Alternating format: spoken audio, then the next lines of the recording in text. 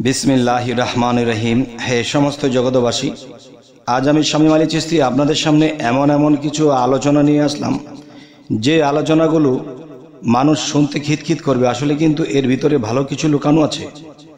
এবং যা কিছু থাম্বনেলে পেয়েছেন এই কথাগুলো ঠিক, কিন্তু এই কথাগুলোর যে একটি দিক আছে সেটি আমি তুলে ধরব।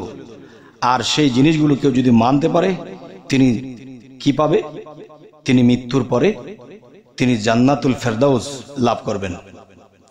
তবে অবশ্যই কথাগুলো খেয়াল করে শুনবেন। যদি খেয়াল করে না শুনেন, একটু শুনেন, তাহলে আমার প্রতি আপনাদের ক্ষোভ হতে পারে, জেদ হতে পারে, রাগ হতে পারে এবং গীবত করে ফেলতে পারেন। তাই বলি কি, কোরআনে সূরা হুজরাতের মধ্যে আল্লাহ বলেছেন যে গীবতকারী, নিন্দাকারী অবশ্যই মৃত ভাইয়ের মাংস খাওয়ার সমান। অবশ্যই তোমরা মৃত ভাইয়ের মাংস ভক্ষণ করতে চাও না। তাই আমি বলবো অবশ্যই সম্পূর্ণ আলোচনাটি শুনবেন এবং এই আইনগুলো যদি মানতে পারেন তাহলে আপনি অবশ্যই জান্নাত লাভ করবেন।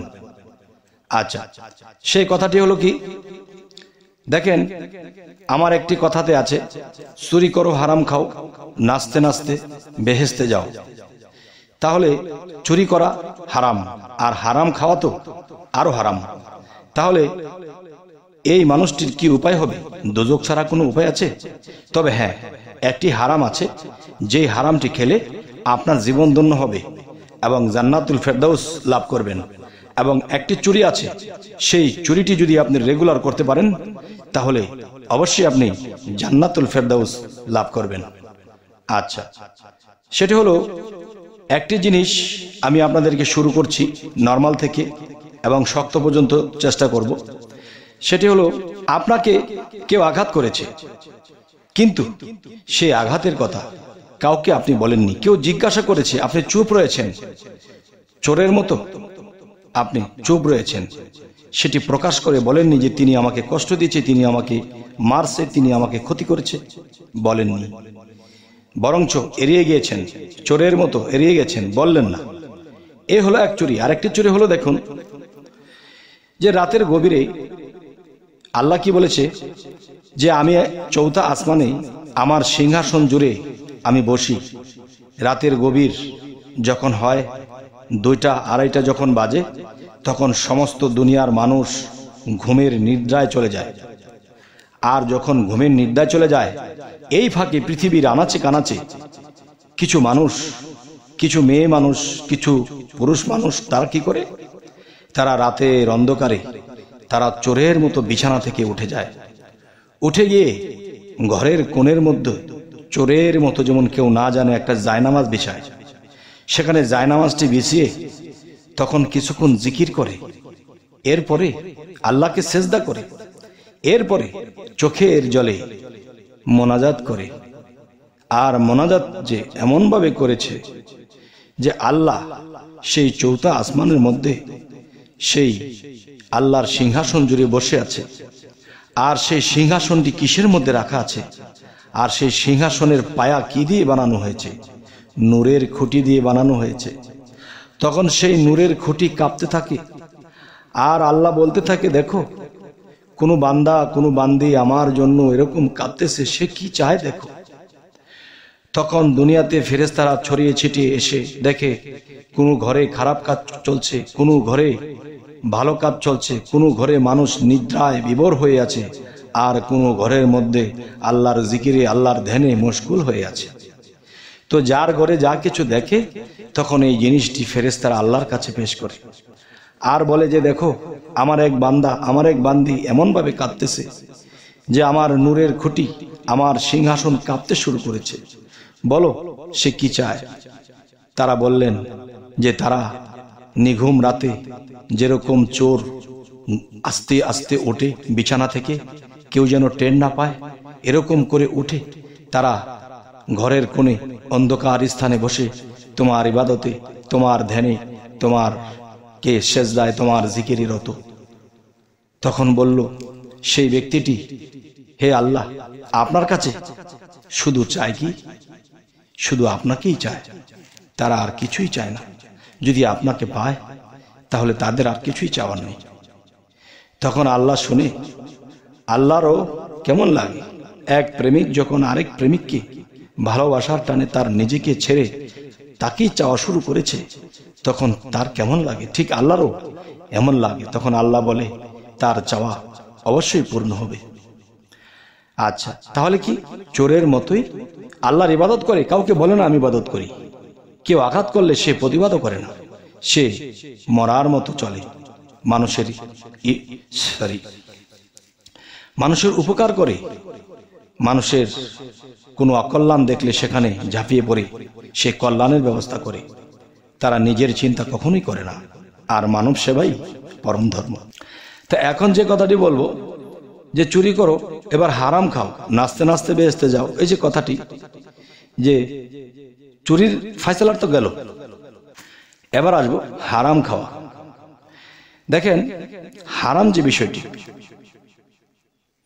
সেটি কি, দেখেন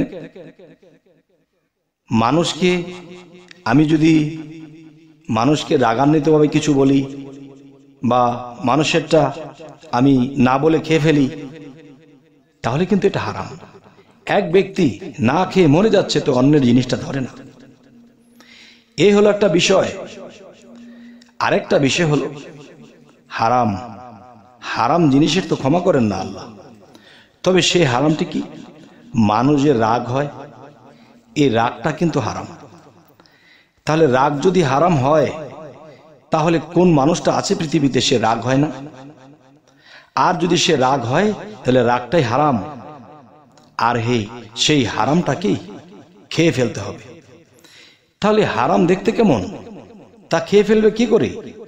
দেখুন, হযরত মুহাম্মদ সাল্লাল্লাহু আলাইহি সাল্লাম শ্রেষ্ঠ নবী, আর যত নবীরা এসেছে কোন কোন নবীকে দিয়ে ভেড়া ছাগল পালিয়েছে আল্লাহ। কেন? তাদের ভিতরে রাগ কন্ট্রোল করার জন্য। যেমন একটি কথা আমি বলে থাকি, একজন নবী অনেকগুলো ছাগল পালতো, তখন সকল ছাগলগুলোকে ঘরে নিয়ে বেঁধে সেটিং করে রেখেছে, কিন্তু একটি পুচকে ছাগল, ছোট ছাগল বাইরে লাফালাফি করতেছে। তখন এই ছাগলটাকে যদি ধরে না বাঁধে তাহলে শিয়ালে এসে ধরে নিয়ে যাবে, খেয়ে ফেলবে। তখন কি করবে, সেই ছাগলটাকে দৌড়াতে দৌড়াতে সে ক্লান্ত হয়ে গেছে, তবু ধরতে পারে না। পরে এক সময় রাগ করেছে, ধরতে পারলে এটা একটা আছাড়ে দেব। তখন অনেক কষ্টে পড়ে গেছে, বুক ছিলে গেছে, অনেক কষ্ট করে ধরে সেই ছাগলটাকে মাথার উপরে তুলেছে যে আছাড় দিয়ে মেরে ফেলবে।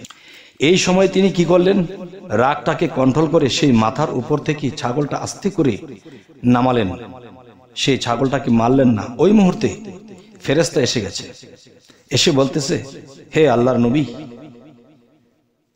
যে আপনি এই মাত্র নবুয়ত লাভ করলেন।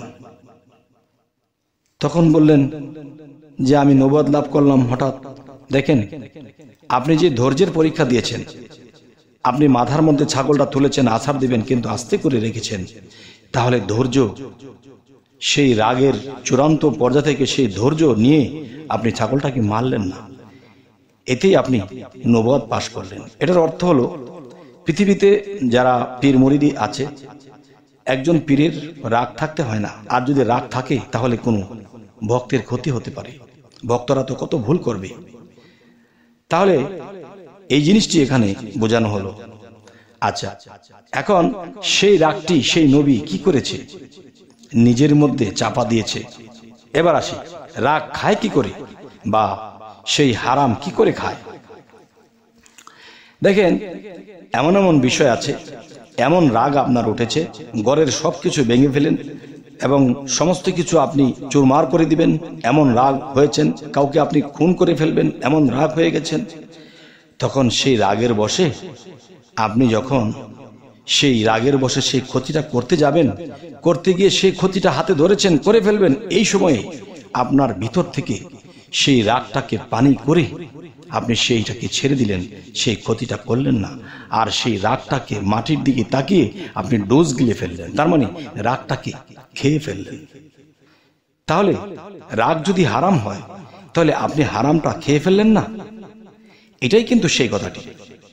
তবে হে সমস্ত জগতবাসী, আমি আপনাদের সামনে যে আলোচনাটি করলাম, এই আলোচনাটি কি আপনাদের কাছে ভালো লাগলো? যদি ভালো লাগে তো অবশ্যই জানাবেন, খারাপ লাগলেও জানাবেন, এবং সামনে কি ধরনের আলোচনা চাইছেন অবশ্যই জানাবেন। এবং আমাদের এই চ্যানেলটিকে অবশ্যই সাবস্ক্রাইব করে নেবেন, পরবর্তীতে যেন ভালো আলোচনা দিতে পারি। যদি ফেসবুক হয় অবশ্যই ফলো করে নেবেন। আল্লাহ হাফেজ।